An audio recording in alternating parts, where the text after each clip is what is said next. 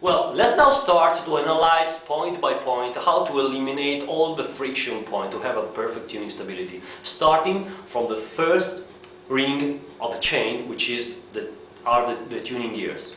There are several kinds of tuning gears on the market, but normally you buy a guitar and you have normal tuners.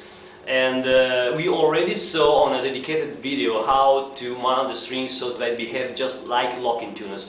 But there's more you can do actually.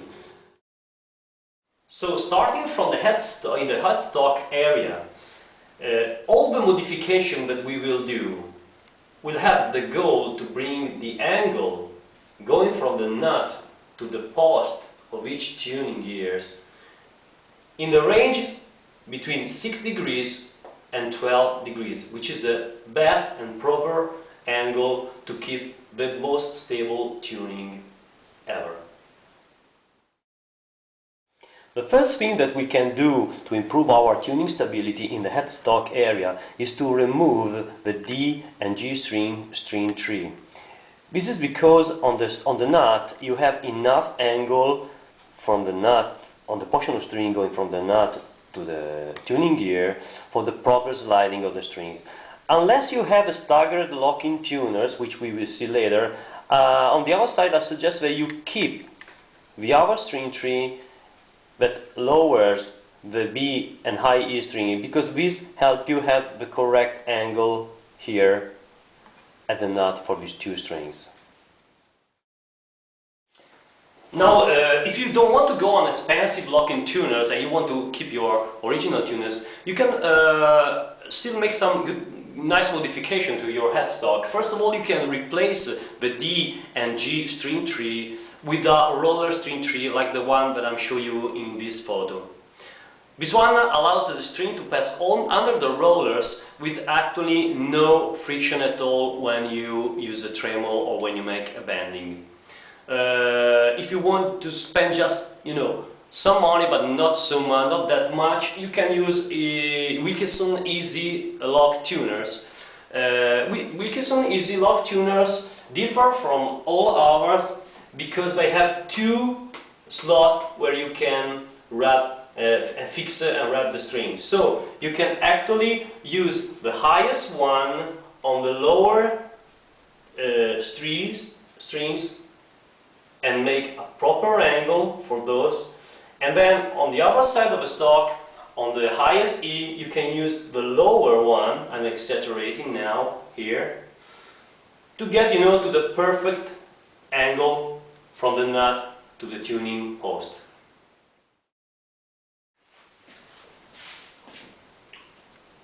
If you still don't want to spend any money, you can also use another trick, which is wrapping the string on the, for example, the low E in the A string and the D string. Instead of wrapping the string under the slot, you can actually think to and try to wrap the string over the slot. So you have a proper angle here, and then from the G, B and E strings on, wrapping them down like that.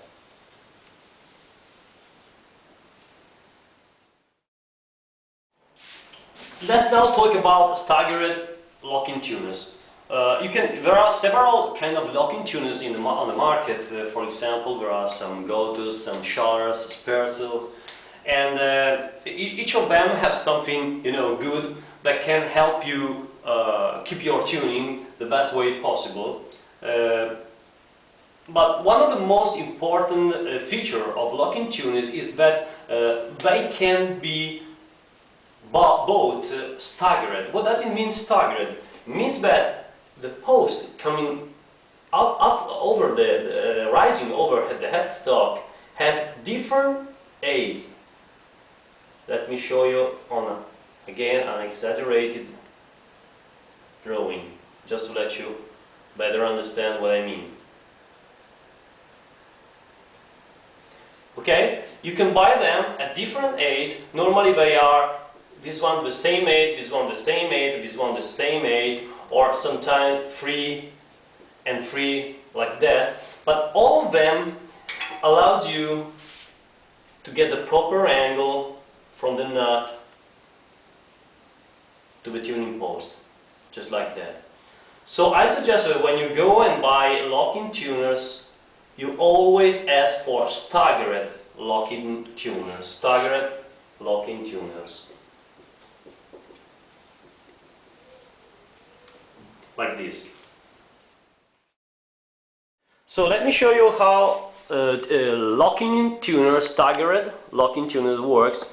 This is one of our exclusive shredder model, which mounts the new Frudua locking tuners, which you see they are staggered, meaning that the E and A string are higher than the D and G, which are higher than the B and E. Then we have 20:1 ratio, which means that to make one entire turn of the post, you have to turn this peg 20 times, so very precise. How do you mount the string here? You simply align the slot in the same direction of the string, you insert the string, you tighten it so no reps will be made later. When you lock here the screw, you tighten it and you are done. You also see how locking tuners allows you here to remove all the string trees, because the neck, the nut, the string angle on the nut is always perfect.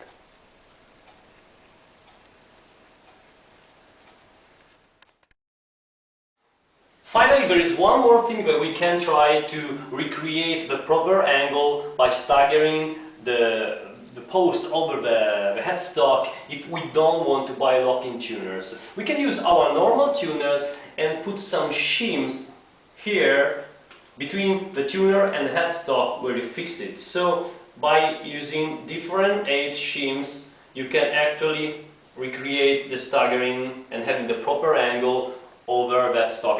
I've seen that. I've never tried that, but you know, maybe worth trying.